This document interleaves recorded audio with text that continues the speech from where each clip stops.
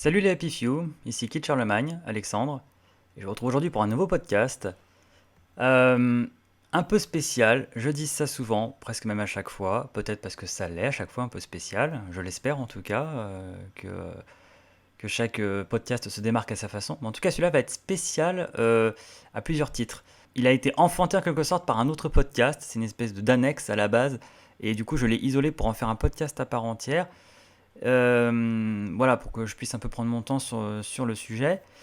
Et en même temps, c'est un podcast que je méditais depuis longtemps parce que c'était un truc que je voulais faire.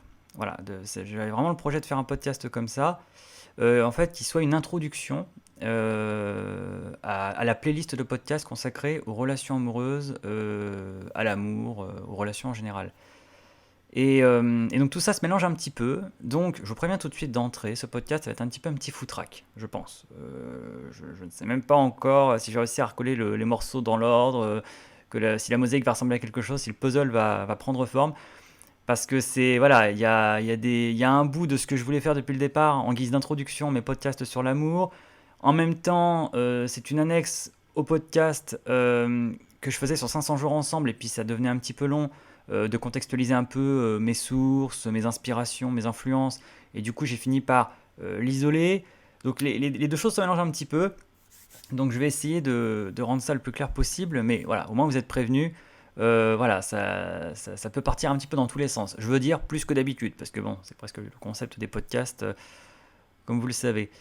J'ai commencé depuis longtemps les podcasts sur les relations amoureuses, et c'est vrai que plusieurs fois je me suis dit, mes théories peuvent paraître ou fumeuses, ou un peu bizarres, un peu baroques, hein, comme on dit. Et on peut se demander un peu d'où elles sortent en quelque sorte, et puis aussi l'éternelle question de la légitimité en fait. D'où il parle ce mec, qu'est-ce qu'il raconte, pourquoi il pense comme ça, enfin d'où ça sort ses idées, ses pensées.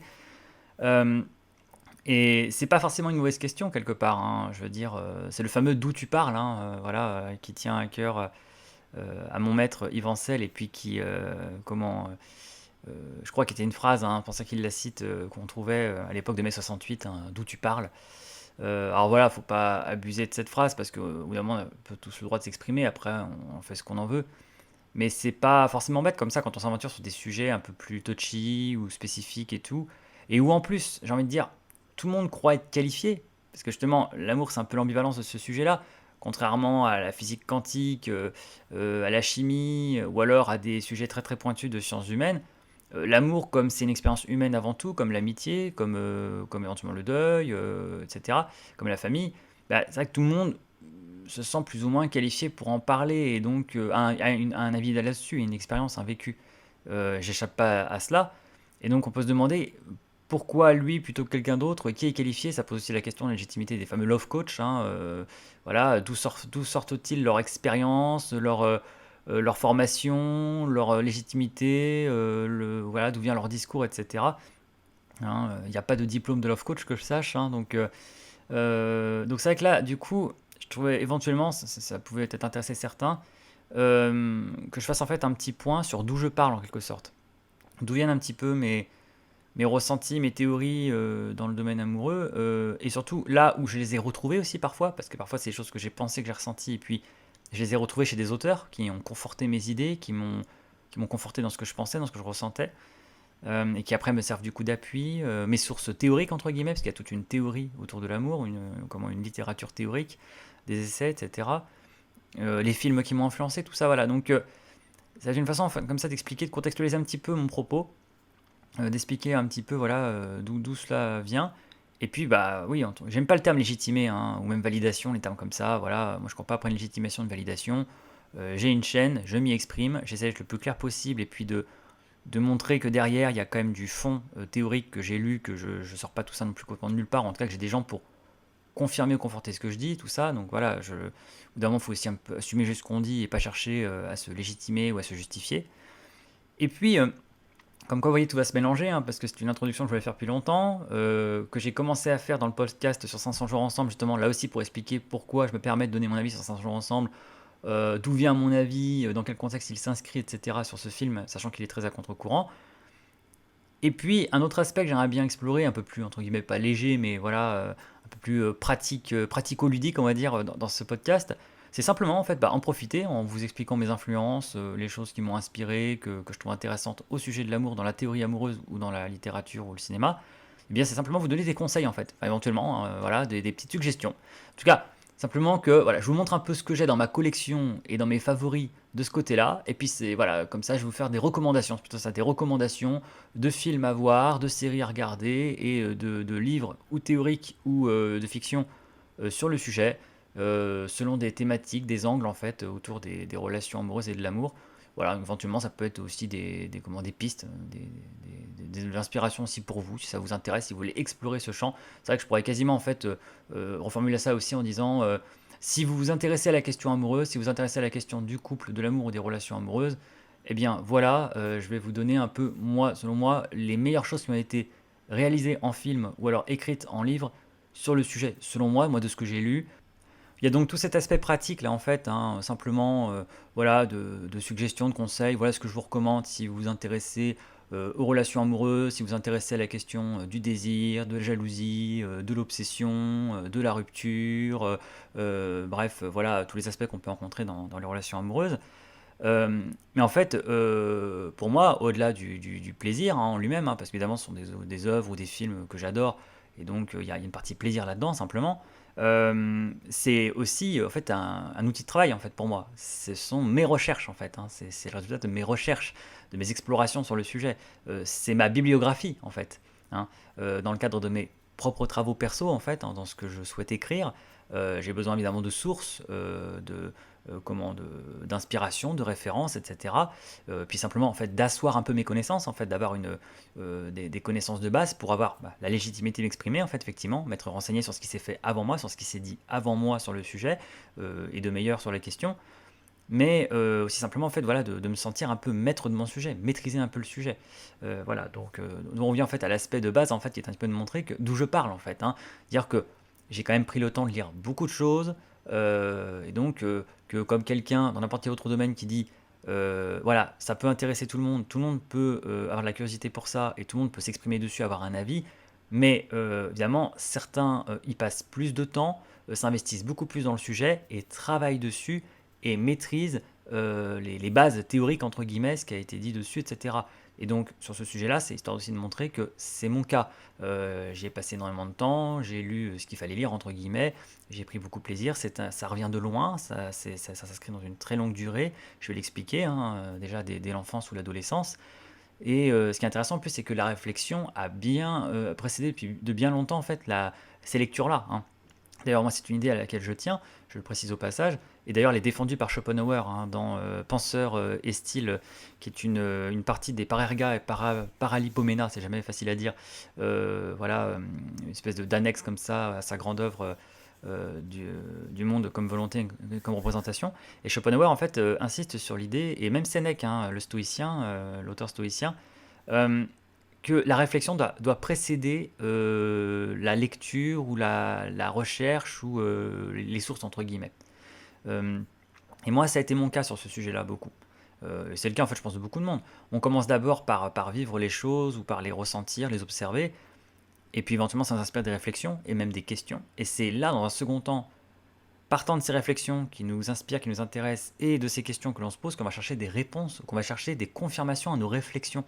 C'est ça la démarche. Je ne suis pas du tout fan de la démarche de se poser aucune question en particulier et de n'avoir aucune réflexion préalable et de se lancer comme ça à lire des choses. Parce que du coup, on va presque manquer en fait on va pas avoir de problématisation de notre lecture, on va pas problématiser, on va pas avoir d'angle d'attaque et on va un petit peu absorber tout ce qu'on lit comme ça, sans discernement en quelque sorte, sans distance ou avoir nos propres réflexions. Et ça peut, du coup, c'est là qu'on peut tomber un peu dans le recrachage en fait. On sait des choses, mais on les sait pour les savoir. Non, d'abord, on s'intéresse à quelque chose, du coup, on y réfléchit. Donc on a déjà nous-mêmes nos propres intuitions, nos propres réflexions, et on se pose des questions. Et dans un second temps, les lectures sont là pour essayer de trouver un écho à nos réflexions.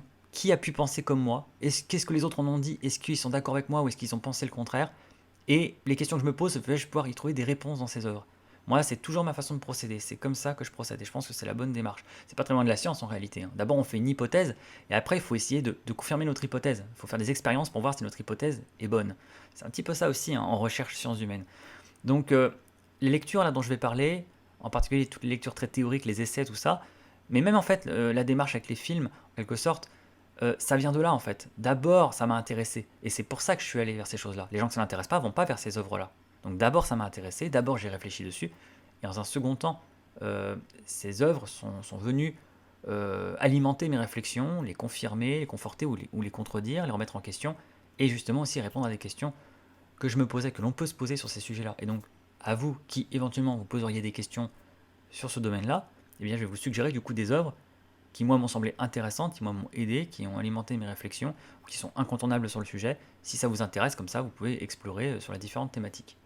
Déjà, moi, j'estime que la question amoureuse, tout le monde est qualifié pour en parler du moment qu'il a déjà ressenti l'amour. J'ai bien ressenti l'amour. J'ai pas dit avoir été en couple, avoir été en relation. Ça ne demande même pas ça. Juste dès l'instant où vous avez déjà été amoureux, votre cœur a déjà battu pour quelqu'un, vous avez déjà été amoureux, voilà. Vous êtes déjà qualifié pour en parler. Juste du sentiment amoureux déjà. Maintenant, cependant, hein, voilà, indépendamment de ce qui est mon CV sentimental, du fait d'avoir été amoureux, de combien de fois, de qui, et des relations aussi que j'ai eues, parce que j'ai aussi été en couple, hein, j'ai aussi eu des relations amoureuses, pas énormément, hein, principalement deux relations vraiment en couple, et puis des relations qui sont plus apparentées à des rapprochements, des flirts, comme 500 jours ensemble en fait, hein, des relations qui ont plus échoué, on va dire, hein, qui n'ont pas vraiment réussi à, à se transformer en quelque chose d'autre, quoi, qui sont restés un peu comme ça, en potentiel, on va dire. Mais ça compte, hein, c'est des rapprochements avec quelqu'un d'autre, c'est des époques de votre vie, etc., hein, donc encore une fois, c'est du sentiment amoureux. Mais indépendamment du coup de cette dimension plus empirique, hein, plus d'expérience, moi j'ai surtout beaucoup lu et réfléchi sur la question amoureuse depuis toujours, j'ai envie de dire. Ça m'a toujours intéressé, même déjà étant enfant, ça peut paraître bizarre, mais étant enfant, c'est vrai que peut-être qu'il y en a qui disent l'amour, il y a ceux qui le font, ceux qui en parlent. Apparemment, je suis de ceux qui en parlent principalement. Mais c'est vrai que voilà, j'ai toujours été observateur de ça, été intéressé par la question amoureuse. Certains diraient je suis amoureux de l'amour, hein, avec ce côté dénigrant, péjoratif que cela.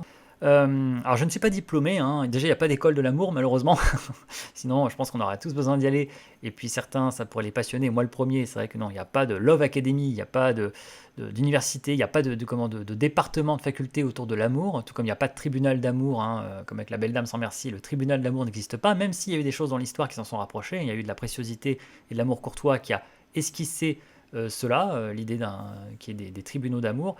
Mais en tout cas, voilà, il n'y a pas donc de diplôme, on va dire, on ne peut pas être qualifié en matière d'amour sur un plan théorique et universitaire, ce qui est dommage parce que pourtant c'est tout un pan de la création humaine et tout un pan de la pensée humaine, donc il y a pourtant toute une théorie amoureuse. Donc je ne suis pas diplômé de ça, je ne suis même pas diplômé de psychologie, moi j'ai fait lettres modernes, hein. Donc on rencontre évidemment beaucoup le sentiment amoureux et on apprend beaucoup de choses sur l'être humain, sur la sentimentalité, mais voilà, ce n'est pas considéré comme de la psychologie à proprement parler. Mais j'ai beaucoup lu et réfléchi sur le sujet, encore une fois, depuis toujours. Et voilà, j'ai toujours voilà, cogité sur ça, ça m'a toujours préoccupé, j'ai toujours observé par rapport à ça. Et ça se retranscrit en fait aujourd'hui dans ma bibliothèque en fait, hein. Moi j'ai un rayon de ma bibliothèque qui est entièrement consacré à la question des mœurs, des relations amoureuses, de la sentimentalité, etc. Ça va de l'Antiquité jusqu'à aujourd'hui, hein, vraiment fin 20e siècle, même début 21e.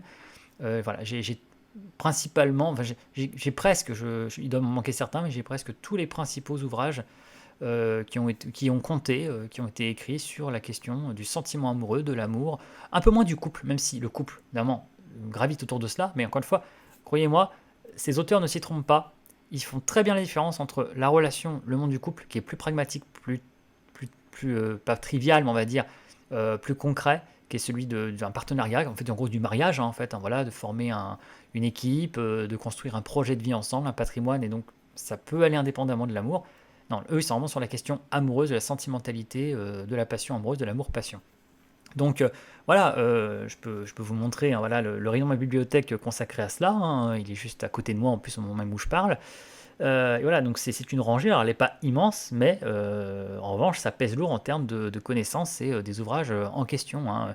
Donc ça part évidemment de l'Antiquité, hein, l'incontournable Banquet de Platon, évidemment, hein, qui est un petit peu un des premiers grands textes qui a été conçu autour de l'amour, autour de l'éros, hein, à l'époque on appelle ça l'éros.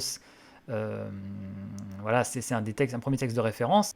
Alors j'interviens au moment du montage pour faire une petite parenthèse ici, là, faire un petit arrêt, parce que là en fait je me suis pas arrêté sur le Phèdre dans ma démonstration vidéo ici.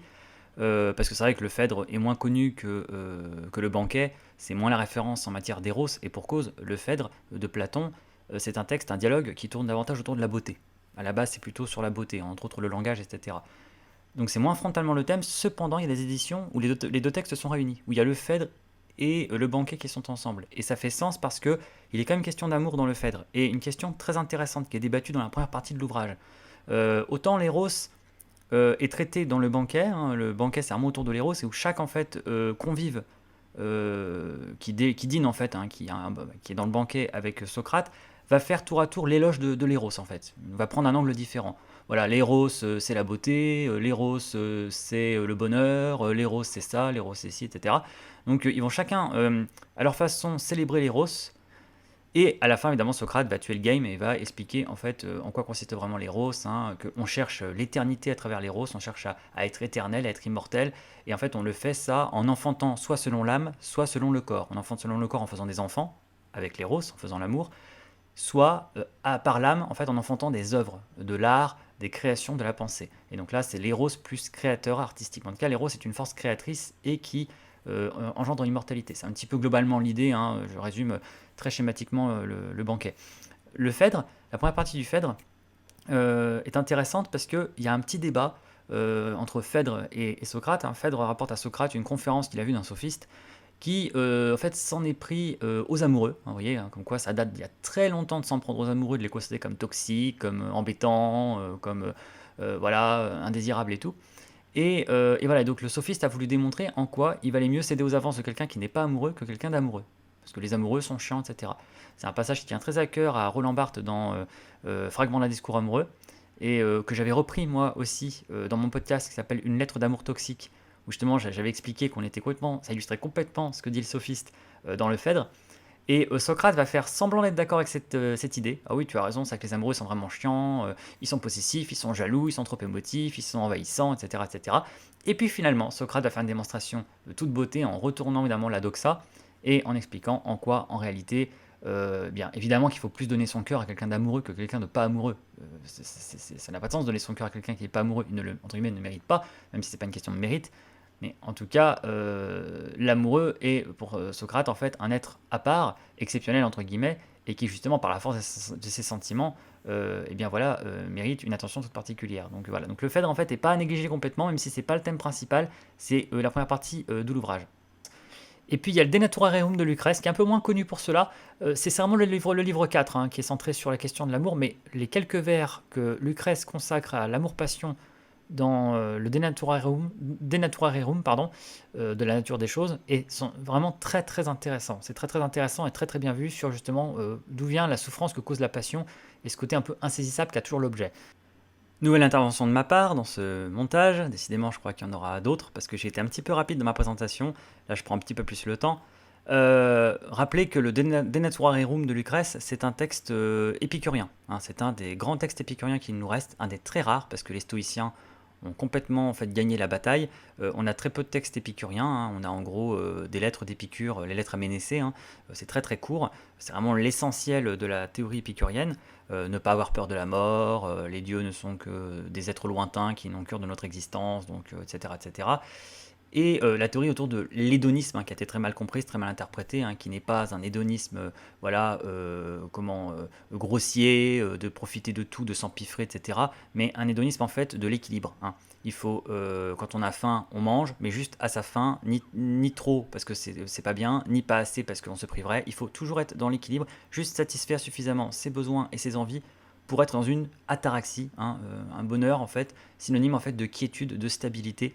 Donc on exclut les excès, tout comme on exclut la frustration. C'est ça la différence. Alors que les stoïciens vont plus aller volontiers vers la frustration, la capacité de se dominer, de se passer des choses. Voilà. Donc le stoïcisme est un petit peu plus vertueux, en quelque sorte, ils ont voulu se présenter comme ça, en tout cas un peu plus dans la domination de soi, la privation. Alors que l'épicurien accompagne ses envies, ses désirs, mais s'arrête juste pour les satisfaire et qu'ils ne soient plus un souci. En gros, il faut manger assez pour ne pas y penser, il faut boire assez pour ne pas y penser, et voilà, il en va de même pour tout le reste. Lucrèce, donc, dans le De Natura Rerum, dans le livre 4, donc voilà, s'en prend à la passion forcément en tant qu'épicurien. Et donc la passion amoureuse est ennemie de l'ataraxie épicurienne. Forcément, on ne peut pas être dans la quiétude, dans la paix d'esprit que vivent les épicuriens quand on est dans la passion amoureuse, parce que c'est un état de tourment, de souffrance, de frustration, où on désire quelque chose et on n'est jamais satisfait. Vous voyez, c'est à ça qu'il s'en prend forcément en épicurien qu'il est. Lucrèce reproche à la passion d'être insatiable en fait. Or, tout ce que recherche en fait l'épicurien, c'est la satiété. Non pas la satiété en s'empiffrant, en exagérant, mais vraiment cette idée qu'on est bien. On a mangé à sa faim, juste ce qu'il faut. On a bu à sa soif, juste ce qu'il faut. On a éventuellement effectivement satisfait ses besoins physiques, primaires, sexuels, juste ce qu'il faut, juste pour ne plus y penser. Voilà. Et évidemment, la passion va à l'encontre de ça, parce que la passion n'est jamais assez, on en veut toujours plus, plus, plus, c'est de l'obsession. Et donc forcément, du coup, le regard est extrêmement critique sur la passion amoureuse, qu'il différencie vraiment du côté naturel, parce qu'il sait que il dit que c'est la nature, hein, parce que Denaturarum, ça porte bien son nom, c'est vraiment représenter la nature avec ses cycles, avec les saisons, avec l'agriculture, avec les plantes, et donc entre autres avec la biologie humaine, donc la puberté, hein, par le développement du corps, de la femme, de l'homme, passer de l'enfant à l'adulte et tout, les désirs, tout ça. Donc tout ça pour lui c'est très naturel, mais attention, pour lui la passion entre guillemets ne l'est pas. Et lui, donc, il est plutôt contre la passion. Donc, moi, c'est pas forcément ma sensibilité ou mon discours, mais c'est très intéressant la façon dont c'est dit, dont c'est expliqué, et surtout, il y a des très très bonnes théories sur l'éternelle frustration des amants qui jamais n'arrivent à se posséder complètement. On a beau essayer de posséder l'autre, de carrément le pénétrer, se faire pénétrer, de fusionner, de s'enlacer, de vouloir être toujours avec l'autre, on a toujours cette sensation qu'il n'est jamais complètement à nous, que jamais on ne le possédera complètement, et ça, cela rend malheureux. Et donc, lui, il explique que c'est une espèce de puissant fond, et voilà, donc du coup, c'est contraire à l'ataraxie. Il y a bien sûr donc le Ars Amatoria, l'art d'aimer, et les Remedia Amoris, les remèdes à l'amour d'Ovide. Là aussi, en fait, un grand classique de la littérature sentimentale, théorique, entre guillemets, même s'il y a un côté un peu galant, un peu plaisant. Les Remedia Amoris, les remèdes à l'amour, c'est pas un texte à sous-estimer, c'est un texte très très court, alors c'est en vers, hein, enfin en tout cas le texte original en latin est en vers, hein, parce que Ovide est un poète, hein, il écrit vraiment que des poèmes, mais bon, c'est souvent traduit en prose, hein, et ça se lit très très bien, et donc c'est un texte très très court qui fait suite à l'art d'aimer, et c'est vraiment un texte intéressant, si vous voulez essayer de guérir d'un amour. Il y a un côté très pratique dans ce texte. De toute façon, l'Antiquité, c'est très pratique. Les textes antiques ont souvent ce côté plus pratique que les textes plus théoriques de la modernité. Et donc, oui, les remèdes à l'amour, c'est plein de bon sens. C'est plein de bon sens. Alors, c'est des choses qu'on connaît par cœur, du coup, hein, des choses évidentes presque. Mais c'est vraiment bien comme ça, c'est un petit fascicule limite. Hein, et si voilà, des choses à se rappeler, d'éviter de fréquenter les lieux qu'on a connus avec la personne, de mettre tous les effets personnels liés à elle de côté pour pas trop y penser, éventuellement de changer d'air, d'endroit, de rester occupé, de se tourner vers le travail, de s'entourer d'amis, de sortir faire de nouvelles rencontres. Enfin, c'est marrant parce que c'est très moderne. Hein. C'est pas différent de ce qu'un coach d'aujourd'hui vous dirait. Hein. Les coachs d'aujourd'hui font du remède à l'amour d'Ovide. Hein. Ils disent la même chose. Hein. Ils l'ont pas forcément lu, mais c'est les mêmes conseils de bon sens. Donc voilà, c'est un texte sympa. L'art d'aimer est un texte un petit peu moins grave ou sérieux forcément, plus optimiste parce qu'il est tourné vers la séduction. Voilà, en gros, c'est un guide pour trouver quelqu'un, quoi. Comment séduire, comment trouver une personne. Alors il y a d'abord les conseils pour les hommes et après les conseils pour les femmes. Vous voyez, donc c'est pas différent de ce qu'un youtubeur d'aujourd'hui ferait en coach en séduction là aussi. Il y a un petit côté Franck Dubosc. Hein. Là, Ovid fait un peu son Franck Dubosc de l'époque hein, à Rome. Hein. Eh, salut public! Est-ce que tu veux draguer à Rome? Tu veux trouver une puella, comme on dit en latin? Eh bien, suis-moi, je vais t'apprendre. Voilà, il y a un petit côté un peu comme ça, hein, vraiment, j'assure. Hein. C'est là, il fanfaronne un petit peu au vide. Hein. Il y a un côté un peu humoristique et galant dans ce texte, mais c'est pas déplaisant. C'est assez frais, hein, comme dirait Bohort. Et puis, bah, bon, pour ceux qui aiment la romantique, hein, comme ça porte un peu l'empreinte comme de son époque et de sa localité, bon, bah, c'est plutôt sympa. C'est vrai que par contre, ça a pris un petit coup de vieux forcément, voilà, sur certaines choses, parce que c'est une autre époque, c'est d'autres mœurs, hein, au tempora homores, hein, comme disait Cicéron. Mais voilà, hormis ces petites traces comme ça d'une autre civilisation, forcément, avec ses codes, etc., eh bien, voilà, c'est plutôt intéressant et marrant sur comment créer le rapprochement, est-ce qu'il faut faire des cadeaux ou pas, quelle qualité mettre en avant, voilà. Donc, pareil, il y a une portée assez pratique dans ce texte et plutôt charmante, même si on est très loin des profondeurs abyssales de psychologie, voilà, qu'on va rencontrer après chez un Stendhal ou chez un Proust ou voilà, d'autres auteurs de la modernité. Justement, en fait aussi, alors c'est pas des textes théoriques, mais c'est vrai que les élégiaques, ce qu'on appelle les poètes élégiaques, les élégies de Catulle, de Properce, de Tibulle et donc d'Ovide sont aussi des textes extrêmement intéressants parce que ça permet en fait de montrer que contrairement à l'idée reçue et souvent en fait comment véhiculée même par les intellectuels que l'amour, passion serait une invention chrétienne. Enfin, en gros, comment, bah, ça c'est la thèse, j'anticipe, hein, de Denis de Rougemont dans L'Amour et l'Occident, un texte écrit dans les années 1930. Mais voilà que ça viendra en fait du Moyen Âge, de l'amour courtois, l'amour passion. En réalité, non, on découvre chez les élégiaques que tout est déjà là. Tout est déjà là en termes purement de sentiments. Bien sûr, les mœurs sont autres, bien sûr, la société est autre, les codes sont autres. Mais on retrouve voilà, l'obsession, la jalousie, l'attirance physique, le coup de foudre limite, etc. Voilà, toutes les figures, en fait, grandes figures, les motifs de l'amour sont là déjà. Donc ça, très intéressant aussi. Alors, un autre texte que sa réputation précède, hein, et puis enfin, à la légende, à la réputation un peu sulfureuse, les Kama Sutras, et non pas le Kama Sutra, les Kama Sutras, hein, ce sont les sutras de l'amour. Euh, alors, ce texte-là, pour le coup, lui, c'est marrant, mais ce serait presque plus un texte de couple, pour le coup. Hein, parce que les Kama Sutras, en fait, c'est une espèce de guide, à la base, c'est voulu comme une sorte de guide pour les amants issus de bonnes familles, un peu aristocrates, etc., pour comment former le couple parfait, entre guillemets, comment bien tenir son couple. Conseil pour les hommes et pour les femmes, pour une bonne entente entre mari et femme, parce qu'à l'époque, mariage forcé, etc.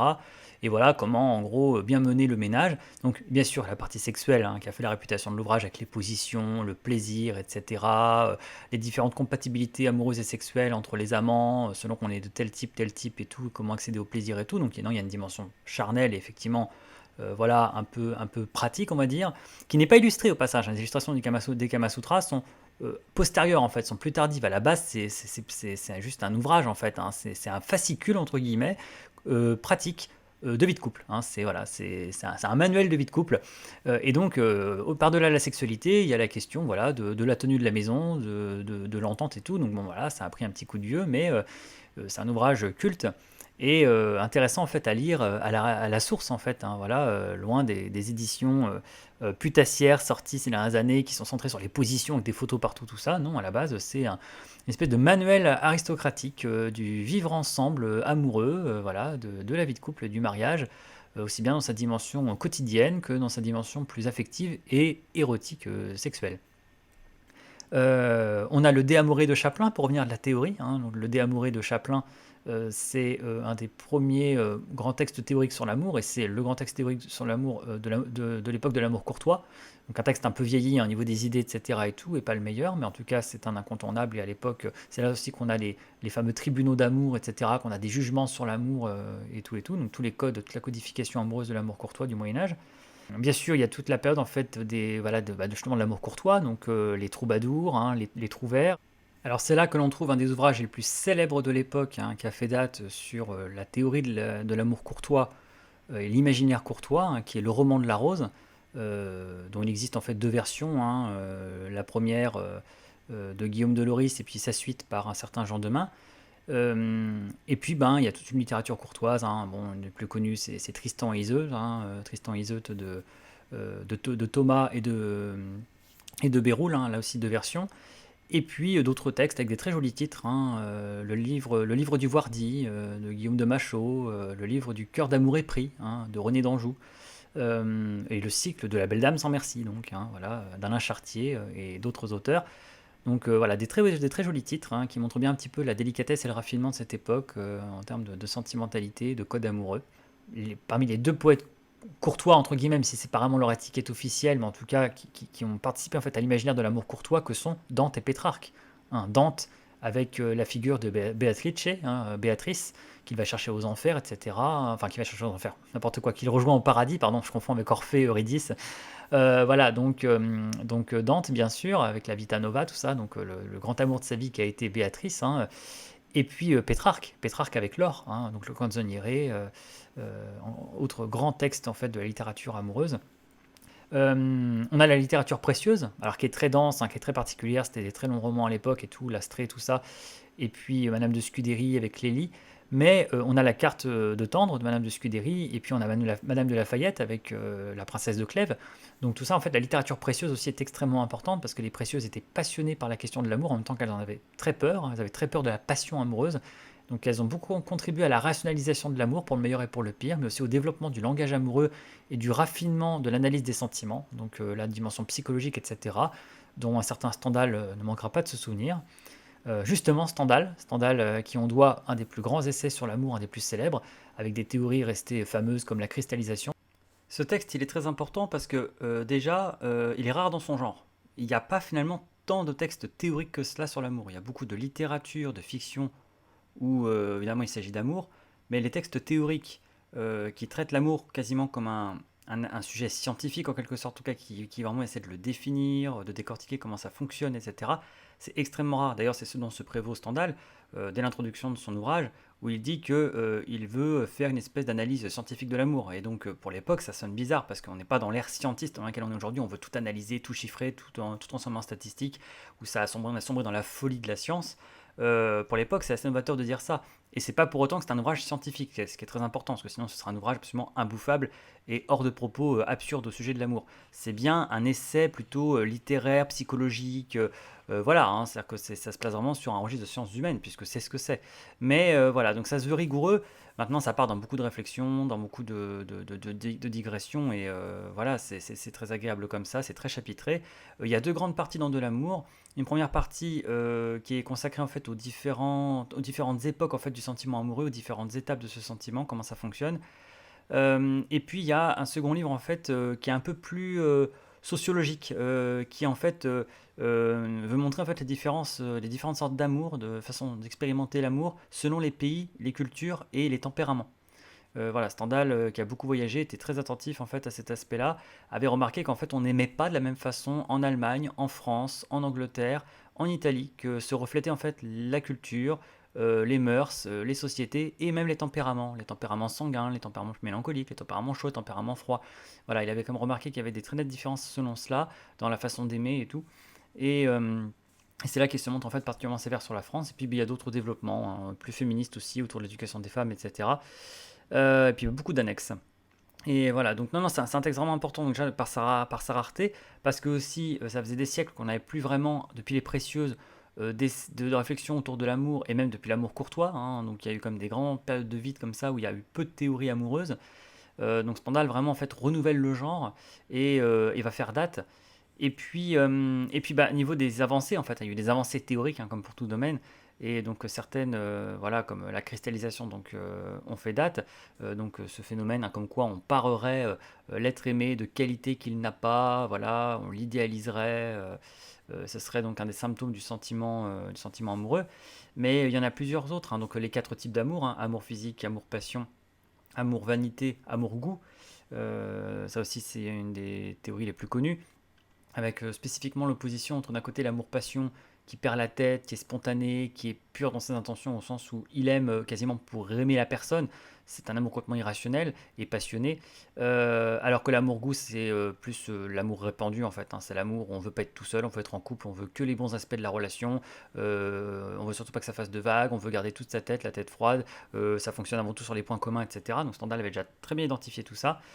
Le naturel aussi, Stendhal a beaucoup questionné la question, enfin, la notion de naturel, comment malheureusement quand on est amoureux, on perd beaucoup sa façon d'être naturelle, ce qui nous rend paradoxalement moins séduisant parce qu'en fait on bafouille, on est maladroit, on suranalyse tout, alors que précisément c'est notre naturel qui nous rend séduisant. Et donc c'est pour ça qu'il a déjà compris avant beaucoup de monde qu'on était plus séduisant avec les gens que paradoxalement on n'aimait pas, et qu'on gaffait beaucoup avec les personnes dont on était amoureux. Il a aussi écrit ce chapitre fameux qui s'appelle Des fiascos, qui est très novateur aussi pour l'époque, parce qu'il parle en fait du fiasco sexuel, hein, en gros de soit d'avoir une panne, soit de partir un petit peu trop vite, vous voyez ce que je veux dire, hein, partir, voilà, d'arriver au terme un peu trop vite. Et tout ça en fait lié à une même émotion en fait, hein. Stendhal en fait avait bien compris physiologiquement et psychologiquement comment ça fonctionnait, qu'en fait c'était le débordement d'émotions qui créait la panne sexuelle ou alors la précocité chez les hommes. Et il donne des conseils très intéressants, tout ça à mots assez couverts parce qu'il y a une certaine pudeur chez Stendhal, mais c'est quand même un de ses textes les plus explicites. Et ça aussi, ça a fait date, hein, des fiascos de Stendhal, hein. Tous les Stendhaliens qui se respectent, et même ceux qui ne connaissent pas forcément Stendhal, savent utiliser le terme fiasco dans ces conditions, hein. J'ai fait fiasco, hein. Je l'ai manqué aussi, comme on dit, hein. Je l'ai manqué cette fille, hein. Je l'ai manqué au sens où j'ai pas réussi à l'amener au bonheur. Euh, mais en tout cas, oui, faire fiasco, pour Stendhal, en fait, c'est vraiment lié à l'émotion. Et c'est pour ça que là encore, il dit que paradoxalement, on est des moins bons coups avec les femmes dont on est fou amoureux. Vous voyez, c'est une malédiction quasiment, mais plus on aime une femme, plus on peut être un mauvais coup avec elle, quelque part, selon lui, parce que on se laisse plus facilement déborder par l'émotion, on est un peu dans l'émotivité, et donc bah, en fait ça nous rend peut-être moins efficace qu'on le serait avec une fille dont on n'est pas amoureux, et du coup en fait où seul le désir un peu animal s'exprime, et en fait on va être très opérationnel. Alors voilà, il explique qu'il y a évidemment des façons de contourner cela, qu'au contraire évidemment l'amour physique n'est jamais aussi délicieux, aussi enivrant qu'avec la femme aimée, mais qu'il y a des conditions pour cela, et c'est par exemple que le sexe soit toujours spontané. Il dit que si malheureusement on a un rendez-vous programmé, on va trop y réfléchir, trop anticiper, on va se rendre très très nerveux, et on va faire fiasco. Deux autres grands pans théoriques ouverts par Stendhal, très intéressants et qui rendent justice et à l'amour et aux amoureux dans son essai de l'amour, c'est le chapitre Werther contre Don Juan, l'opposition très systématique, très récurrente dans le livre entre Werther et Don Juan. Et de l'autre côté, cette vision très stendhalienne de l'amoureux comme artiste, qui va faire des émules, hein, et qui va être beaucoup reprise parce que très très bien vu en fait, comme quoi l'état amoureux exacerberait notre sensibilité, hein, on le sait, nous rend un peu hypersensible, nous met à fleur de peau, exacerbe nos sensations et du coup nous rendrait plus réceptifs à l'art, voire même nous rendrait artistes même quand on ne l'est pas, parce que du coup on se met en fait à produire de la beauté, on se trouve une muse en quelque sorte en tout cas. En fait, l'état amoureux et la personne sur laquelle se focalise notre imagination vont nous mettre comme ça dans cette prédisposition à mieux apprécier la beauté autour de nous, à en fait transmettre des émotions sur notre environnement, sur un paysage, etc. En fait, la seule pensée de l'être aimé va sublimer voilà, les choses que l'on lit, qu'on écoute, que l'on voit, qu'on observe. Donc il y a comme ça en fait cette espèce voilà, de célébration de l'amoureux comme homme artiste, qui sera un peu voilà, reprise plus tard, même par Marcel Proust, hein, dans La Recherche, hein, ou dans L'amour de Swann, et puis même par Roland Barthes, hein, d'une certaine façon, hein, plus sous évidemment un angle sémiologique, parce que Roland Barthes était sémiologue, donc lui, il voit plus l'amoureux comme un lecteur des signes autour de lui, hein, une espèce d'interprète des signes autour, en fait, un déchiffreur. Mais voilà, toujours en fait cette idée que ça met dans un état comme ça, un peu particulier, d'hypersensibilité autour de soi. Quant à voilà, l'opposition entre Werther et Don Juan, ça aussi c'est une spécificité stendhalienne, parce que bon, pour lui ça représente les deux grands types d'amour, hein. Il y a d'un côté Werther, le héros du roman de Goethe, hein, au succès retentissant, ayant provoqué une épidémie de suicide à l'époque, donc l'amour-passion par excellence, hein, celui qui finit carrément par en mourir, par se suicider. Et puis de l'autre côté, dans Don Juan, hein, le séducteur cynique, sans aucun principe, sans aucune sentimentalité, qui ne fait que collectionner les conquêtes. Donc c'est vraiment les deux opposés du spectre. D'un côté, le mélancolique, amoureux, qui se consume, et puis de l'autre, le sanguin. Voilà. Et bon, évidemment, hein, sur le papier, Stendhal explique que a priori, Don Juan, il vaut mieux être un Don Juan, hein, parce qu'il a l'air beaucoup plus heureux, il ne se fait pas de soucis dans la vie, lui il se suicide pas, même si, bon, en quelque sorte, il se suicide, hein. Don Giovanni chez Mozart, ou alors Don Juan chez Molière, va au devant de la mort à cause de son arrogance. Quelque part, il se suicide sans ce qu'il s'en rend compte ou pas, en tout cas en provoquant la statue du commandeur. Mais, mais en tout cas, voilà, c'est quelqu'un qui est plutôt du côté de la vie, c'est un sanguin, c'est un bon vivant, Don Juan. Et c'est quelqu'un qui passe moins pour un con. Stendhal explique que l'injustice, c'est que les séducteurs sont des gens immoraux, hein, qui brisent des cœurs, qui brisent des destins, qui déshonorent des femmes. Mais pourtant, ils ont toujours un petit peu, enfin, comment, ils inspirent une certaine admiration, en tout cas un certain respect. Il y a très peu de gens finalement à qui ça inspire de la moquerie, alors que pourtant c'est immoral. Et alors que l'amoureux, lui, qui pourtant est du côté de la sincérité, de l'émotivité, eh bien passe souvent pour un con. On se moque de lui, on rit sous cap, il est un peu ridicule, on lui fait beaucoup la morale, comme quoi il se met dans des états pour rien, dans des états pas possibles pour rien, etc. Donc Stendhal en fait pointe cette injustice, et puis bon, envers et contre tout prend la défense de l'amoureux passionné, de l'amour-passion, et donc des Werther. Voilà, donc tout ça c'est très très bien vu. Et puis bon, c'est une déclaration d'amour aussi à l'Italie, hein, voilà, qui est considéré un peu comme le berceau de l'amour, l'endroit où on peut vraiment mieux vivre de plus belles passions amoureuses. Voilà, il y a beaucoup de choses comme ça qui sont spécifiques à cet ouvrage, qui ont fait un peu sa renommée. Donc de l'amour de Stendhal, 1822, qui n'a pas quitté ma poche de tout le lycée. Quand je vous disais que j'avais beaucoup réfléchi à cette question-là, la personne qui vous parle là était passionnée par cette question-là. Moi, c'était mon livre même pas de chevet, mais de poche. Je l'avais tout le temps dans ma poche durant mes années de lycée, de l'amour de Stendhal. Donc 8 ans avant le rouge et le noir, qui lui aussi à sa façon est une masterclass en plus appliquée sur l'amour, sur les différentes formes d'amour, l'amour de tête, l'amour de cœur, disait Stendhal. Mais voilà, de l'amour de Stendhal, 1822, ça reste vraiment une masterclass.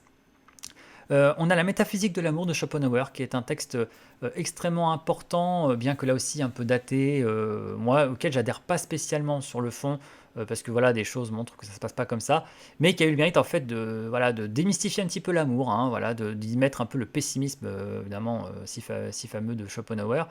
Et voilà, son hypothèse, c'est très darwinien comme texte, hein. Voilà, ça c'est vraiment une approche très darwinienne de l'amour, comme quoi tout ça, c'est que de l'animalité, déguisé sous un vernis de civilisation, qu'on est manipulé par la nature pour se reproduire, etc. Bon, des choses qui ne fonctionnent pas très très bien aujourd'hui. On ne le mobilisera pas beaucoup dans ce podcast-là. On va mobiliser plusieurs de ses ouvrages que je cite là, mais pas forcément celui-là. Mais en tout cas, il est quand même très important et il a fait date.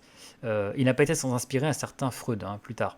Un amour de Swann de Proust, alors qui est un roman, hein, qui n'est pas techniquement de la théorie pure, mais en fait qui a une portée théorique énorme, tellement c'est une masterclass, c'est peut-être un des meilleurs livres jamais écrits sur le sentiment amoureux selon moi, et selon beaucoup d'ailleurs.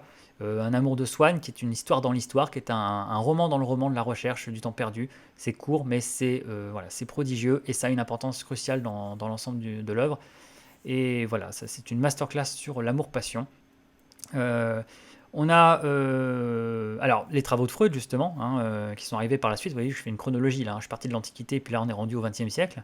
Euh, Moi, donc Freud, en fait, il y a beaucoup d'amants réfléchi à la question notamment de la libido, de la sexualité, de l'amour, du désir. Voilà. Alors Freud, évidemment, sa réputation le précède, hein. Certains n'aiment pas beaucoup, certains ont un peu des préjugés dessus et tout. En réalité, il y a beaucoup de choses très très intéressantes chez Freud, hein. Il faut savoir se servir dedans, picorer, etc. Moi, j'aime beaucoup. Et il y a trois textes vraiment qui sont extraordinaires chez Freud au sujet de l'amour, selon moi. C'est Psychologie de la vie amoureuse, où il s'attaque en fait à plusieurs aspects, en fait, des comportements un peu stéréotypés dans les relations amoureuses. Pour introduire le narcissisme, qui est très important pour comprendre en fait pourquoi certaines personnes ont plus de mal à tomber amoureuses que d'autres, ce que c'est que le rapport au moi de l'amour et à l'objet, etc. Et Deuil et mélancolie. Deuil et mélancolie, qui est un des meilleurs textes qui a été écrit sur pourquoi on souffre tant après une rupture amoureuse. En fait, le deuil amoureux, hein, Deuil et mélancolie, ça parle surtout du deuil amoureux. C'est extraordinaire. Et puis le deuxième sexe de Simone de Beauvoir, hein, les deux volumes, et oui, hein, parce qu'il y a un peu de questions féministes. Alors là, on s'éloigne un peu de l'amour, parce qu'évidemment, il s'agit moins d'amour que de féminisme, et en fait de déconstruire l'image de la femme, en fait, telle que façonnée par le patriarcat, etc. Là, on est plus dans des questions féministes, mais c'est important, entre autres pour 500 jours ensemble ici, évidemment, le film, ce qui s'est passé autour du film, de la réception du discours autour de ce film, renvoie beaucoup en fait au féminisme en fait, hein, aux lectures féministes, aux gender studies, tout ça, voilà. Et donc, du coup, c'est vrai que connaître un petit peu Simone de Beauvoir et le deuxième sexe, hein, et la façon dont les femmes perçoivent les choses, c'est aussi important et éclairant. C'est aussi fait partie des mœurs. L'amour et l'Occident de Denis de Rougemont, auquel je faisais allusion tout à l'heure, qui est donc un ouvrage des années 1930, qui est une thèse qui à la base part de Tristan et Isolde, du mythe de Tristan et Isolde, donc du mythe de l'amour-passion, l'amour courtois, et qui essaie en fait de chercher les origines de l'amour courtois. D'où vient l'amour-passion en fait? D'où vient l'amour-passion? Cette invention selon lui en fait du Moyen Âge, hein, du XIIIe siècle, 12e, XIIIe siècle. Et donc en fait, en quoi ça s'oppose en fait à la question du mariage, hein, selon lui en fait, il y a une opposition entre le couple, le mariage, et puis l'agapé, hein, ce qu'on appelle l'agapé, hein, l'amour chrétien en quelque sorte, l'amour un peu dépassionné, puisque la passion c'est pour Dieu, et de l'autre côté l'éros, l'éros hérité plus de la culture païenne, hein, de l'amour qui nous possède, qui nous fait perdre un peu la tête, etc., qui est immoral, irrationnel, et qui reste en dehors du mariage. Donc c'est une très très grande thèse, l'amour et l'Occident, voilà, on aime ou on n'aime pas, etc. Mais vraiment, enfin, ça reste quand même un sacré monument et très très intéressant pour comprendre des choses. Ensuite, on a Fragment d'un discours amoureux de Roland Barthes, qui est paru en 1977, euh, et qui est juste en fait, moi, un de mes préférés, un des principaux, un de ceux qui m'a le plus marqué, qui pour moi est le tape le plus juste, qui aurait pu être renommé dans la tête d'un amoureux. Tellement en fait ça se met en fait très bien justement à la place de ce discours très particulier. Enfin voilà, c'est vraiment, ça rend extrêmement bien justice en fait à la solitude, hein, parce que Barthes parle bien de solitude en fait, du discours amoureux, de solitude de l'amoureux. Voilà, c'est vraiment un ouvrage remarquable, hein, qui fonctionne un peu comme un dictionnaire, comme un abécédaire, hein, voilà, donc c'est dans l'ordre alphabétique, il y a des termes comme ça en fait, et on se promène dedans, et donc ce sont des concepts comme ça qui sont explorés sous forme de petites notes, hein, voilà, plus ou moins longues. Alors, Fragment d'un discours amoureux de Roland Barthes, ce qui est intéressant, c'est un petit peu la même chose que pour Stendhal, mais 200 ans plus tard quasiment, enfin 150 ans plus tard. Je disais avec Stendhal que les essais théoriques sur l'amour n'étaient pas si fréquents que cela, n'étaient pas si courants que cela. Il y a beaucoup de littérature, de romans, de fiction autour de l'amour, mais des essais, des gens qui réfléchissent, qui essaient de théoriser cela et qui prennent un peu le parti de l'amour, ça c'est beaucoup plus rare. Et vous voyez la preuve, euh, l'ouvrage là de Roland Barthes, Fragment d'un discours amoureux, pour ma part, moi, c'est ce que j'ai lu de mieux et de plus proche de la question amoureuse sous une approche théorique depuis Stendhal. Donc en fait, entre 1822 de l'amour et Roland Barthes, Fragment d'un discours amoureux, il y a eu deux trois tentatives, il y a eu des petites choses, mais en gros, on peut dire qu'il y a eu quasiment rien en fait qui soit à la hauteur. Donc ça fait des énormes trous, hein, vraiment dans l'histoire des idées, l'histoire littéraire. Ça fait des énormes périodes en fait où il n'y a rien à se mettre sous la dent, il n'y a rien vraiment de probant qui est écrit. Voilà, donc c'est vrai que quand un truc du coup est publié, et surtout brillant, ça se remarque. Et Fragment d'un discours amoureux, ce qui est aussi fascinant, c'est que c'est l'époque en fait où ça apparaît. 1977. 1977. Donc il s'en est quand même passé des choses, c'est pas n'importe quel 150 ans qui se sont passés entre Stendhal et Roland Barthes. C'est 150 ans qui ont vu apparaître le cinéma, la télévision, qui ont vu disparaître pour de bon, on va dire, voilà, la royauté, tout ça, donc on est en train de la République, c'est les Secondes Guerres mondiales, enfin c'est la première et la Seconde Guerre mondiale, les deux guerres mondiales, enfin c'est tout un monde en fait, on a basculé dans un autre univers, et c'est d'autant plus pour ça en fait il était urgent, nécessaire de refaire de la théorie amoureuse, parce que quand le monde change, c'est pas tant que l'amour au niveau des sentiments change, parce que l'amour euh, dans l'expérience des sentiments, globalement, on retrouve les mêmes choses, les mêmes figures, hein, comme Roland Barthes appelle ça des figures. On retrouve les mêmes figures, mais en revanche, c'est pas forcément la même façon de les approcher. On peut observer ça différemment. Il y a aussi les moyens de vivre en fait, l'amour qui peuvent changer, puisque, par exemple, dans La recherche du temps perdu de Proust, apparaît le téléphone. On a des moments où le narrateur a sa grand-mère ou alors Albertine, son amour, au téléphone. Julien Sorel n'a pas Madame de Rênal au téléphone. Frédéric Moreau n'a pas Madame Arnoux au téléphone, parce que ça n'existe pas.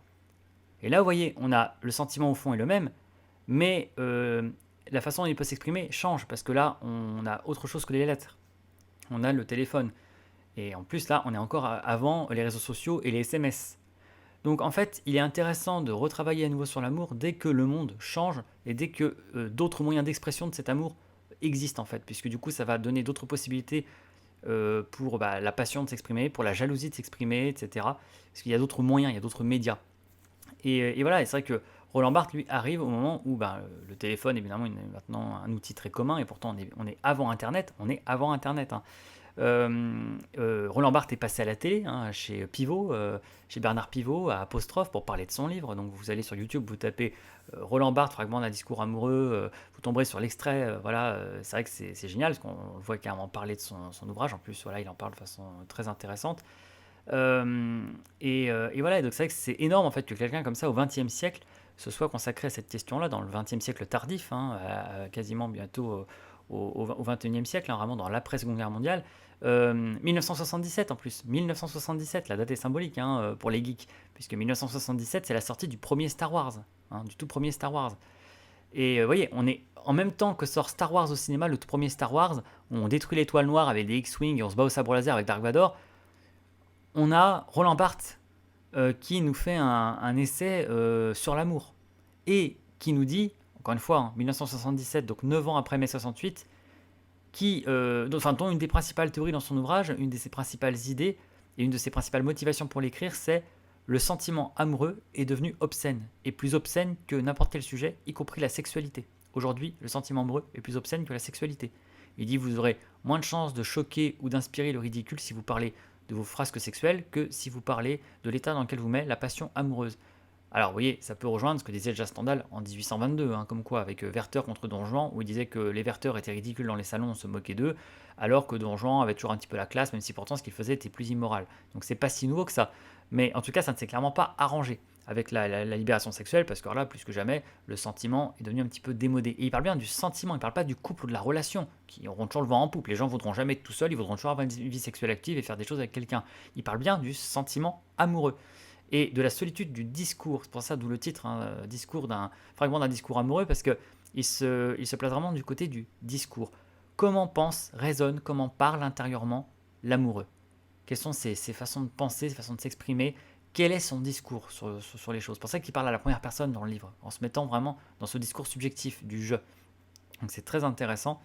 Et c'est une des originalités de son approche, hein, et il lui aussi rend très bien justice en fait, voilà, aux sentiments amoureux et aux amoureux, dans, voilà, dans sa soi-disant obscénité, c'est quand même le monde à l'envers, et dans sa solitude extrême.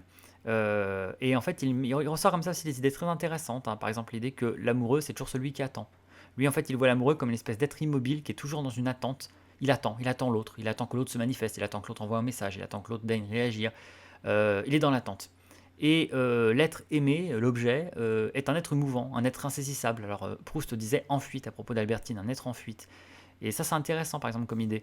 Donc, je disais aussi avec Stendhal, hein, que Barthes avait cette image de l'amoureux sémiologue, hein, qui prolonge un petit peu ce que disait Stendhal sur l'amoureux artiste, l'amoureux qui est un peu dans la matrice, quoi, qui est un peu dans la matrice, qui voit la beauté tout d'un coup, qui comprend mieux les œuvres d'art, qui comprend mieux la beauté, etc.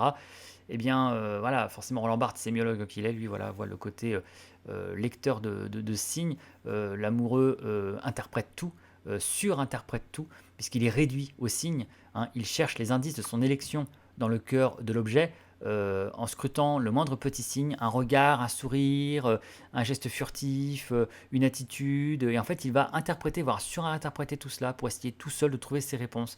Donc voilà, ça c'est aussi hyper bien vu.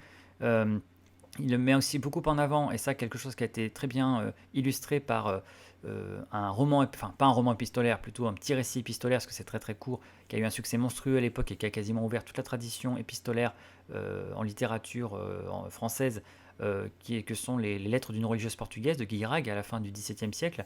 On reviendra là-dessus dans la partie suivante, où on va s'intéresser aux œuvres littéraires de fiction. Mais c'est vrai que là, il met en avant vraiment cette espèce de bipolarité aussi propre à l'amoureux. L'amoureux oscille entre des sentiments opposés, extrêmes, contradictoires, parfois dans des variations très très serrées en fait, hein. Donc il passe de l'amour à la haine, du contentement à la colère, de la joie à la tristesse, etc. Que c'est une espèce de va-et-vient comme ça, très éprouvant émotivement. Et voilà, ça on le voit très bien dans les lettres d'une religieuse portugaise, en fait, hein, cette ambivalence permanente. Et voilà, et puis l'inquiétude et la fébrilité propre au sujet, hein, là aussi qu'on trouve beaucoup chez Proust, hein. Il donne quelques exemples de Proust, Barthes, mais il s'appuie surtout sur Werther, lui. Et voilà, donc non, c'est vraiment un ouvrage du coup quand même qui est remarquable, et qui est vraiment voilà, original pour son époque, hein. 77 qui s'intéresse à ce point-là, sous cet angle-là, à l'amour. Les gens commencent à raconter beaucoup leurs frasques sexuelles en littérature à l'époque, parce que libération sexuelle, parce que bon, l'amour c'est démodé, hein, c'est les vieux romans. Et on a Roland Barthes qui nous offre un sémiologue, un intellectuel, quelqu'un qu'on est habitué à voir couper les cheveux un peu en quatre, qui nous offre cet ouvrage d'une très grande sensibilité, d'une très grande empathie, et voilà, qui s'avère être un avocat remarquable de la passion amoureuse, et ça sent le vécu. Donc c'est vraiment un bel ovni, cet ouvrage. Et moi, selon moi, c'est ce qui s'est écrit de mieux comme traité amoureux avec de l'amour. Et donc voilà, Fragment d'un discours amoureux de Roland Barthes, c'est vraiment là aussi une masterclass. L'histoire de la sexualité de Foucault. Alors l'histoire de la sexualité, il y a 4 volumes au total. Il y en a un quatrième là qui était en fait une espèce d'inédit ou inachevé. En gros, il y en a 3 qui sont édités de façon claire, etc. C'est une œuvre inachevée. Et les deux premiers, voilà, je possède les deux premiers. Je n'ai pas encore les deux autres, voilà, mais les deux premiers sont entre guillemets, les plus importants. Et bah là, pareil, encore une fois, bon, la questionne en fait l'importance quasi démesurée qu'a pris la sexualité dans notre société, pourquoi c'est si important, pourquoi tous ces enjeux dessus, pourquoi c'est devenu un enjeu quasiment d'individualité, comment on est passé à une société individualiste et tout. Et ensuite, en fait, on a les travaux d'un homme appelé Francesco Alberoni, un sociologue italien. Donc là, on est vraiment dans le XXe siècle, années 60, 70, 80, hein, même jusqu'à de nos jours. Et Francesco Alberoni a écrit beaucoup d'ouvrages autour de la question amoureuse et de l'amitié, en fait, de la sentimentalité. C'est un peu le spécialiste de cela. On lui doit entre autres, l'ouvrage le plus connu de lui, c'est L'Innamoramento, hein. L'Innamoramento, en fait, donc, il s'intéresse du coup à la question de l'enamourement, on pourrait traduire en fait en ancien français. L'enamourement, en fait, hein, comment on tombe amoureux, en gros un peu le coup de foudre, hein, voilà.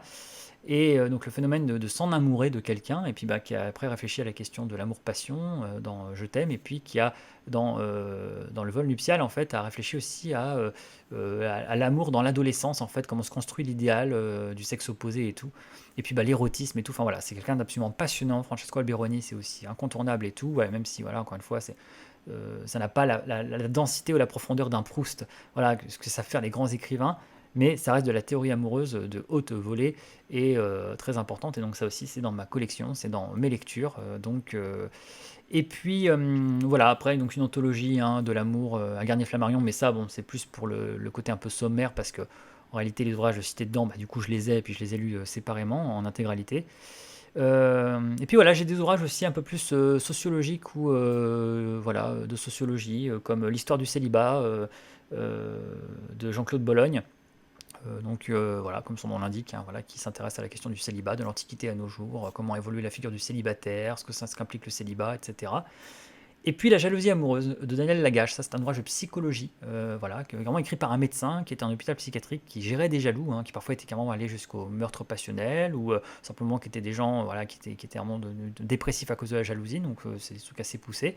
C'est très intéressant parce que du coup ça essaie d'expliquer, voilà, un peu cliniquement en quelque sorte ce que c'est que la jalousie, comment ça fonctionne, et avec des études de cas concrets, voilà, donc c'est un petit peu indigeste, voilà, mais c'est passionnant. Voilà, donc là j'ai fait un survol un peu rapide comme ça, vite fait de ce que j'ai, de ce que j'ai lu et de ce que j'ai dans ma bibliothèque, sur l'amour, juste pour montrer que voilà d'où je parle, voilà d'où je viens, voilà d'où je pars. C'est aussi l'occasion de, en fait, de familiariser, là, quiconque m'écoute avec, les références que je vais invoquer ça et là. Parce que les ouvrages là dont je viens de parler, je vais en citer, beaucoup. À l'occasion comme ça, je vais les évoquer, voilà, ils vont me passer en fait comme ça dans mes propos ou par la tête. Donc certains plus que d'autres, hein, certains plus en particulier, ceux qui me tiennent le plus à cœur, que je trouve le plus intéressants, qui m'ont le plus marqué et inspiré, comme De l'amour de Stendhal, bon, bah, l'œuvre de Proust en général, Fragment d'un discours amoureux de Roland Barthes et L'amour à l'Occident de Denis de Rougemont. Ça va vraiment être ça les. On ajoute à ça un petit peu de Freud, un petit peu d'Alberoni, hein, voilà, et donc avec Stendhal, Proust, Freud, Roland Barthes, Rougemont et un peu d'Alberoni, on a vraiment les auteurs, les ouvrages que je vais vraiment citer le plus au cours de cette conférence ou ce podcast, voilà, qui vont vraiment souvent me servir en fait comme ça d'exemple ou d'appui théorique. Voilà, donc comme ça place un petit peu les choses. Comme ça, on fait connaissance tout de suite avec les personnes qui vont nous accompagner, qu'on va être amené à citer. Certes, donc c'est pas, voilà, je sais pas si ça équivaut à un diplôme de psychologie d'avoir lu tout ça. En tout cas, je l'ai lu, je le connais, j'ai adoré et c'est important pour moi. Mais je pense que ça vaut bien autant, hein, que être rédacteur de Combini, de Brut ou de Mademoiselle. On va dire que, hein, voilà, ça fera peut-être l'affaire, hein. Voilà quelles sont mes qualifications, hein. Donc ça vaut bien autre chose. Bref, revenons à nos moutons. Finalement, pour le meilleur ou pour le pire, les œuvres les plus célèbres, s'étant en fait consacrées au sujet de l'amour, eh bien, ce ne sont pas les essais théoriques, qui pourtant avaient cela en fait comme thème central, mais bah, les œuvres de fiction. Alors ça peut être du théâtre, ça peut être de la poésie, on l'a vu avec les élégiaques ou alors la poésie de l'amour courtois, et puis bah, bien sûr les romans, les fameux romans d'amour. Alors, bah, une bonne partie de la littérature, si c'était de la création humaine, a tourné plus ou moins autour de l'amour et en tout cas l'a évoqué. Donc en fait, si on sélectionne les œuvres par ce thème-là, on va quasiment tout avoir. Mais évidemment, certaines œuvres sont ou plus célèbres que d'autres, ou simplement ont mieux traité le sujet que d'autres, hein, sont plus reconnus pour cela. Alors, je ne les ai pas forcément toutes, ou je ne les ai pas forcément toutes lues, ou les connais pas toutes, mais en tout cas, j'ai fait une sélection ici de ma bibliothèque, hein, voilà, des principales, celles voilà, qui me semblent les plus évidentes. Donc, il y a déjà le théâtre, hein, de Shakespeare, hein, Othello et Roméo et Juliette, même si, surtout Roméo et Juliette, en fait, hein, ce n'est pas techniquement une œuvre si intéressante que cela sur la question amoureuse, mais on en reparlera. Les lettres d'une religieuse portugaise, Manon Lescaut de l'abbé Prévost, La Nouvelle Héloïse de Jean-Jacques Rousseau, Les souffrances de Jeanne Werther de Goethe, ça c'est culte, Les affinités électives du même Goethe, Adolphe de Benjamin Constant, La confession d'un enfant du siècle de Musset, Armance de Stendhal, Le rouge et le noir de Stendhal, Notre-Dame de Paris de Victor Hugo, La Dame aux camélias d'Alexandre Dumas fils, L'éducation sentimentale de Flaubert, Cyrano de Bergerac d'Edmond Rostand, Un amour de Swann de Proust. On le retrouve, hein, pour le coup, hein, parce que comme je vous ai dit, à la base c'est un roman quand même, avant tout. La Nouvelle Rêvée, donc la Trome Novel de Arthur Schnitzler, La Gradiva de Jensen, qui est évoqué par Roland Barthes dans Le Fragment des discours amoureux, je vous en reparlerai. Euh, Gatsby le Magnifique, hein, The Great Gatsby de Scott Fitzgerald, Breakfast at Tiffany's de Truman Capote et Belle du Seigneur d'Albert Cohen. Voilà, je vous les cite seulement comme ça. On va revenir dessus en fait en plus avec une lecture un peu plus thématique parce que chacune en fait approche des aspects différents. Mais voilà, ça c'est en fait un petit medley issu de ma bibliothèque en fait des œuvres de fiction, là pour le coup dans la fiction, qui se sont consacrées en fait tout particulièrement en fait au sujet de l'amour ou du couple. Mais l'art, la culture, eh bien c'est aussi le cinéma, hein, évidemment, surtout dans notre époque, dans notre siècle et le siècle précédent, qui a vu sa naissance. Et puis il faut être très clair, il faut être honnête. J'ai beaucoup plus vu de films que lu de livres avant, on va dire, mes 15-16 ans. C'est à 15-16 ans que j'ai commencé à beaucoup lire, et encore, j'ai vraiment mis la dose en fait à partir de, enfin après mes études en fait, hein, après 25 ans, quand j'ai vraiment fini mes études. Et oui, bizarrement, je n'ai jamais autant lu qu'après mes études, hein, je l'ai parfois évoqué, hein, mais la vraie formation intellectuelle, je considère qu'elle a vraiment commencé après la faculté de lettres, quand j'ai pu choisir ce que je lisais et prendre mon temps de lire ce que je voulais. J'ai fait aussi les choix de vie qui me l'ont permis.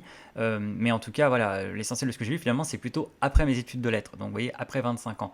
Donc, avant cela, bien sûr, j'ai commencé à pas mal lire à partir de 15-16 ans. Mais alors, avant 15-16 ans, je peux vous le dire clairement, à part deux, trois petits classiques par-ci, par-là, voilà, hein, les premiers frémissements, les premiers émois littéraires que j'ai eus, moi, j'étais un garçon de cinéma, et je le suis toujours, hein, j'adore le cinéma, j'adore les films, etc. Mais moi, je regardais avant tout des films, tout le temps, des films et des séries, je regardais beaucoup ça. Et cela depuis l'enfance, là aussi, hein. Je disais que depuis l'enfance, le sujet de l'amour, du couple m'intéressait. Moi, j'ai toujours aimé les comédies romantiques, même étant enfant, même quand, on pourrait dire qu'a priori, c'était des films qui n'étaient pas forcément faits pour mon âge ou pour moi. Ça se regardait, c'était tout public, mais en tout cas, voilà. Bien sûr, je regardais des trucs parfois de mon âge aussi, hein. Moi, j'étais très geek quand j'étais gamin. Moi, c'était Star Wars, Indiana Jones, voilà, les Terminator, bref, tout ça. Bien sûr, des Disney, j'aimais aussi beaucoup Disney. Ça, c'est quand j'étais vraiment tout petit, déjà. Mais c'est vrai que, non, très très vite, en fait, hein, aussi loin que je me souvienne, moi, j'ai regardé des comédies romantiques et j'adorais ça. Moi, gamin, je me regardais Pretty Woman. Je me mettais vraiment la VHS de Pretty Woman, je me regardais Pretty Woman de temps en temps, quoi. Voilà, j'aimais ce film étant gamin. Qu'est-ce que tu comprenais tout ça? Mais je comprenais pas mal de choses. Et voilà, donc moi j'étais un gros fan de comédie romantique déjà dès l'enfance. Et puis ben ça m'est jamais vraiment passé. Moi j'aime beaucoup les comédies romantiques. Voilà, donc ma DVD tech là aussi s'en ressent. Les comédies romantiques et les drames sentimentaux. La nuance est très importante, hein. On voit dans l'étage de ma DVD tech qui correspond à cela. À gauche, c'est plutôt les comédies romantiques. Et puis à droite, on va plus vers les drames sentimentaux. Voilà, qui évidemment ont un peu plus de gravité, même s'ils peuvent être plus dans le registre dramédie, donc comédie dramatique. Mais en tout cas, généralement, ils ont un peu plus de profondeur, ils sont un peu plus aussi proches d'une certaine réalité psychologique. Les comédies romantiques, on le sait, et ça fait partie du plaisir, c'est vraiment du fantasme, entre guillemets, c'est de la rêverie un peu romantique, etc. C'est du fun, ça finit bien. Bref, voilà, c'est du feel good en fait, hein, les comédies romantiques, hein. Donc, faut les prendre pour ce que c'est. Mais pour ce que c'est vraiment excellent. Ça fait plaisir à voir, c'est très agréable. Alors, elles sont accusées de beaucoup de mots, hein, de vendre du rêve, de vendre des mensonges, d'induire en erreur, de donner des illusions sur l'amour.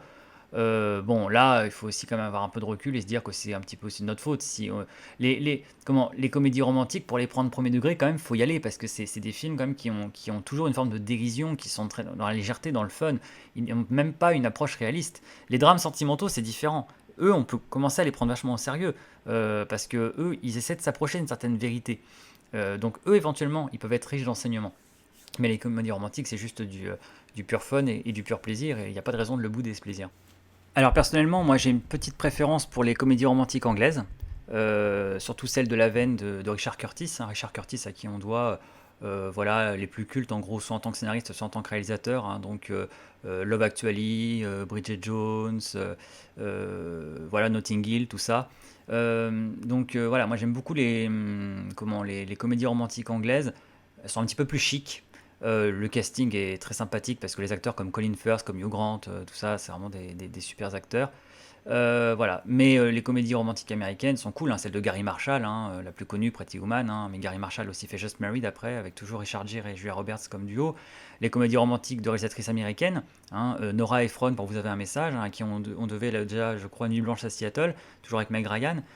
Et puis les comédies romantiques de Nancy Meyers, à qui on doit Ce que veulent les femmes, et aussi Violet, même si j'aime pas trop Violet personnellement. Mais voilà, c'est intéressant parce qu'on a des réalisatrices, du coup, pour ces films-là, on n'a pas que des réalisateurs, même s'il y a beaucoup d'hommes dans le milieu du cinéma, on le sait. Voilà, donc les comédies romantiques, voilà, j'en ai plusieurs qui me tiennent à cœur, que j'aime beaucoup revoir. Love Actually, c'est pour moi l'alpha et l'oméga de la comédie romantique. Mais évidemment, ici, là, dans mes suggestions et dans mes réflexions, quand je vais m'attarder un petit peu plus sur les films, il va être plus question évidemment des drames sentimentaux, parce que eux, sans toucher à la profondeur et à l'exactitude, évidemment, d'œuvres littéraires, d'essais philosophiques comme ceux que je vous ai montrés, voilà, n'empêche que on y trouve vraiment des choses assez profondes et assez vraies. Donc là, il y a vraiment des choses à aller chercher. Donc là, pareil en fait que pour les œuvres littéraires, pour les romans, les œuvres de fiction, où j'ai pioché dans ma bibliothèque en fait les titres qui me semblaient être les plus intéressants, les plus pertinents sur la question amoureuse ou la question des relations du couple. Et bien là, j'ai fait une petite sélection dans ma DVD Tech de ce qui me semble intéressant et sur lequel on va s'attarder. Donc là, je fais juste que mentionner les titres et après, on va un petit peu s'arrêter dessus. Donc Moulin Rouge de Baz Luhrmann 2001, Love Actually de Richard Curtis 2003, la trilogie des Before Sunrise, Sunset et Midnight de Richard Linklater, 500 jours ensemble, 500 Days of Summer de Mark Webb 2009, Bright Star de Jane Campion 2009 aussi, Her de Spike Jonze 2013, alors Diamant sur canapé le titre français, mais Breakfast at Tiffany's bien sûr, et du coup lui il est de 1961 pardon, Sueur froide de Hitchcock, Two for the Road de Stanley Donen, toujours avec Audrey Hepburn, Marie à tout prix, et oui, des frères Farrelly, Ice White Shot de Stanley Kubrick, Family Man de je ne sais pas qui, parce que je crois qu'il est peu connu, Amélie Poulain de Jean-Pierre Jeunet, Vanilla Sky de Cameron Crowe, avec Tom Cruise bien sûr, Brokeback Mountain de Ang Lee, Le Parfum de Tom Tykwer, Gatsby de Baz Luhrmann, toujours, comme pour Moulin Rouge, et The Lunchbox, d'un réalisateur là aussi, excusez-moi, dont je n'ai pas le nom, un film indien indépendant. Voilà, donc ça je fais que mentionner les titres, on va s'arrêter un peu plus dessus, mais la présence de certains doit un petit peu vous surprendre peut-être, voilà, comme du Hitchcock là, ou alors Amélie Poulain, ou Le Parfum, donc voilà, je reviens dessus après, mais voilà ma petite sélection. Alors, j'anticipe les remarques. Certains me diront peut-être: ah, mais attends, mais c'est super limité. Où est le cinéma asiatique? Où est le cinéma français, quand même? Voilà. Où sont les réalisateurs comme Romer? Où sont les réalisateurs comme, je sais pas, Alain Resnais? J'en sais rien. Enfin bref, on peut imaginer Claude Sautet, tout ça, voilà, le cinéma français, ou tout cela. Alors, je regarde pas mal de films. Je vois des films de tous les pays du monde. J'aime beaucoup le cinéma indien, par exemple, le cinéma de Bollywood ou alors le cinéma indien indépendant. J'aime un petit peu moins le cinéma asiatique, je dois avouer, mais j'ai vu pas mal de cinéma asiatique. Et bon, bien sûr, Wong Kar-wai, In the Mood for Love, certains sont peut-être choqués de ne pas le voir ici, simplement parce que je l'ai pas en DVD, voilà, il n'est pas dans ma collection encore, voilà, j'aime beaucoup ce film, mais il n'est pas dans ma collection, donc c'est pour ça que je l'ai pas mis là. Et puis de toute façon, c'est pas sur lui que je voulais forcément m'arrêter. Mais voilà, donc non, je vois des films d'un peu partout, même Vanilla Sky, qui à la base est un film espagnol, Abre los ojos de Alejandro Amenábar. Voilà, non, c'est bon, je connais, mais simplement, j'ai le droit de ne pas être spécialement fan aussi de tout.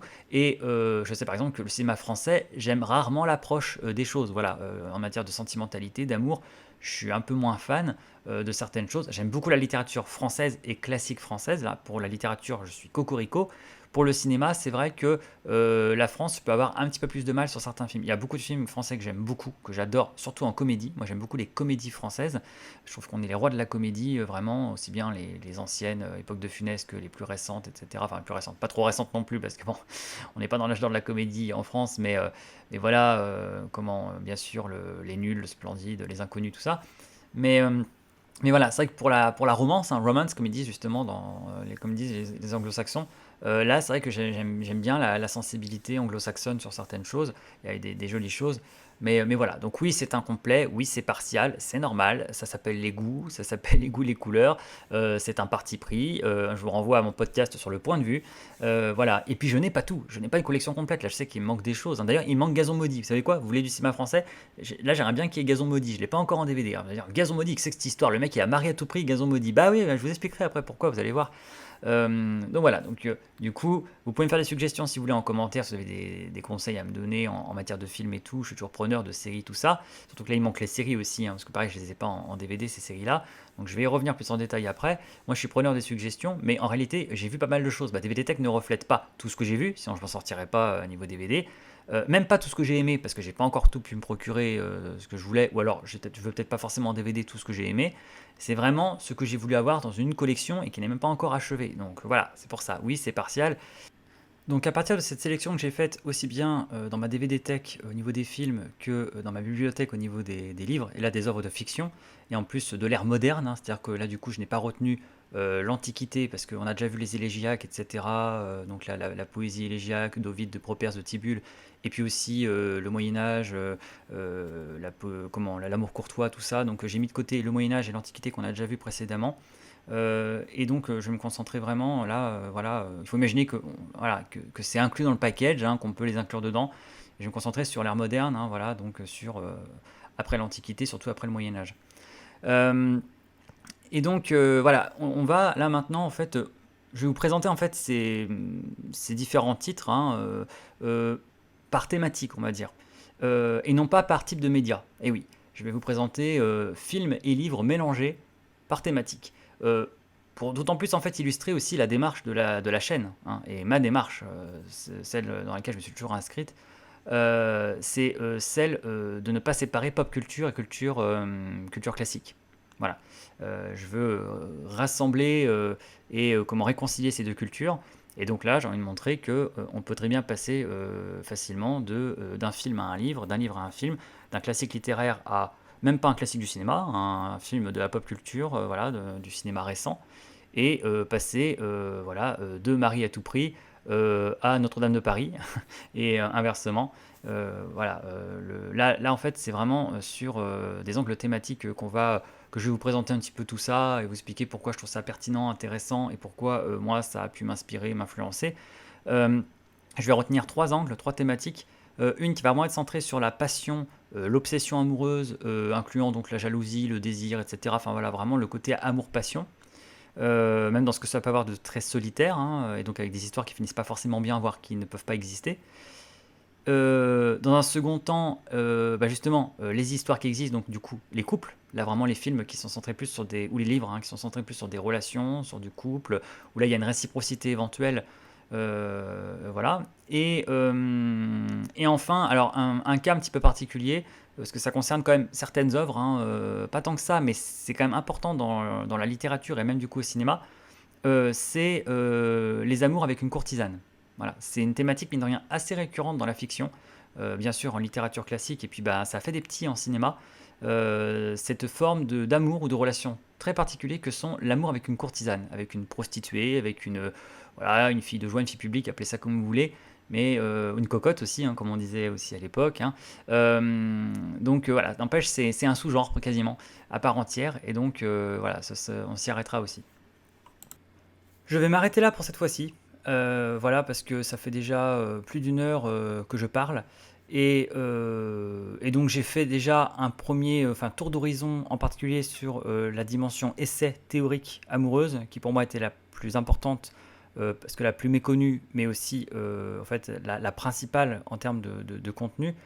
Euh, et donc voilà, on va marquer une pause ici et je en fait, vous renvoie à la suite du coup de cette introduction, hein. Je vais la diviser en plusieurs parties qui va donc se focaliser sur les autres aspects, hein, dont je parlais à l'instant, voilà, sur la fiction déjà, hein. Et donc dans la fiction, aux trois thématiques que sont l'amour-passion, le couple et une espèce de sous-catégorie en fait, être en couple avec une courtisane, hein, l'amour avec une courtisane. Donc voilà, ce sera des vidéos à part. Elles sont en fait déjà faites, hein. Bon, là, je parle ici, j'ai déjà enregistré ces podcasts-là. Seulement, c'est très long et là, du coup, il n'y a pas spécialement de pertinence à maintenir ça en une seule grosse vidéo énorme, hyper longue. Ça peut très bien se regarder séparément, donc au moins ça sépare un petit peu les catégories. Donc voilà, donc ça c'était la première partie de ce que je considère un peu comme l'introduction au podcast sur l'amour et les relations amoureuses, présentant mes sources, mes inspirations, ma bibliographie, etc. Là, on s'est donc concentré sur les ouvrages théoriques, les essais. Je vous ai fait une petite présentation générale de ce qu'on allait regarder, sur quoi on allait s'arrêter côté fiction, aussi bien côté cinéma que côté littérature. Et donc, dans la seconde partie, on va s'intéresser aux livres et aux films voilà, que j'ai retenu pour la thématique de l'éros, de l'amour-passion, de l'obsession amoureuse, de la jalousie, etc. Et dans une troisième partie, on s'intéressera au couple. Au moment où j'enregistre, là, je ne sais pas encore si le couple avec une courtisane, l'amour avec une courtisane, fera en fait l'objet d'une quatrième partie à part entière ou si je vais la combiner avec le couple. Mais en tout cas, voilà les différents temps. Donc écoutez, pour cette fois-ci, je ne m'attarde pas davantage. Je vous remercie de votre écoute, en espérant que ça vous ait intéressé. Donnez quelques pistes de lecture si vous avez envie de fouiller le thème vous-même. Et puis, ben, écoutez, sinon, simplement, vous avez passé un moment agréable à écouter ce podcast, parce que c'est avant tout le principal. Écoutez, je vous donne du coup rendez-vous dans la suite, en espérant que voilà, vous allez m'accompagner dans la suite du voyage. Et en attendant de nouvelles discussions sur d'autres sujets, portez-vous bien, et je vous dis à la prochaine. Salut les Happy Few!